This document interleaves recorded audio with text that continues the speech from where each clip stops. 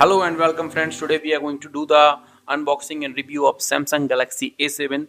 The smartphone was launched in September 2018. The phone comes with a 6-inch touchscreen display with a resolution of 1080 by 2220 pixels. Samsung Galaxy A7 price in India starts around 18,499.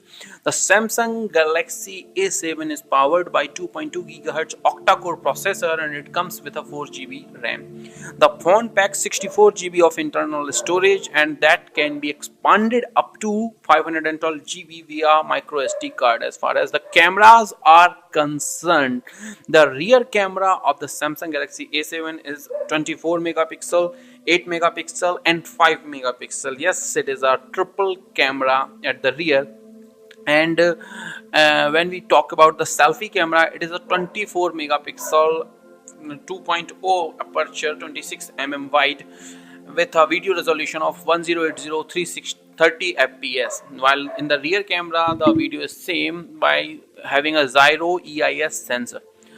So the Samsung Galaxy A7 is a dual SIM smartphone that accepts nano SIM and nano SIM connectivity. Options include Wi-Fi, GPS, Bluetooth, FM, active 4G on both SIM cards and 4G. Time to look into the box.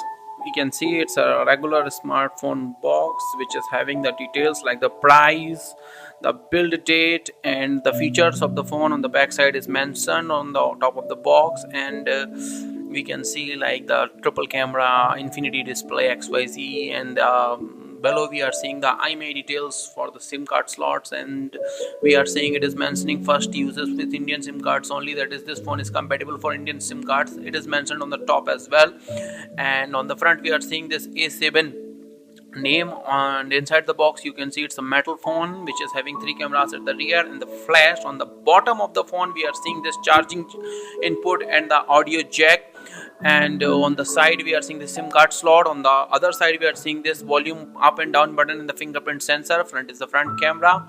What is else inside the box? Let's look into that. It is having a quick start guide which is useless, and this charger which is enormous in size and ugly, I have to say. And then we are having this charging cable which is quite small in size, and that is a pathetic thing, and you might have to go for alternate side. And this SIM ejector pin. Now look into the phone, as it is mentioned 24, 8 and 5 megapixel at the rear, and on the side we are having the fingerprint sensor and the volume buttons.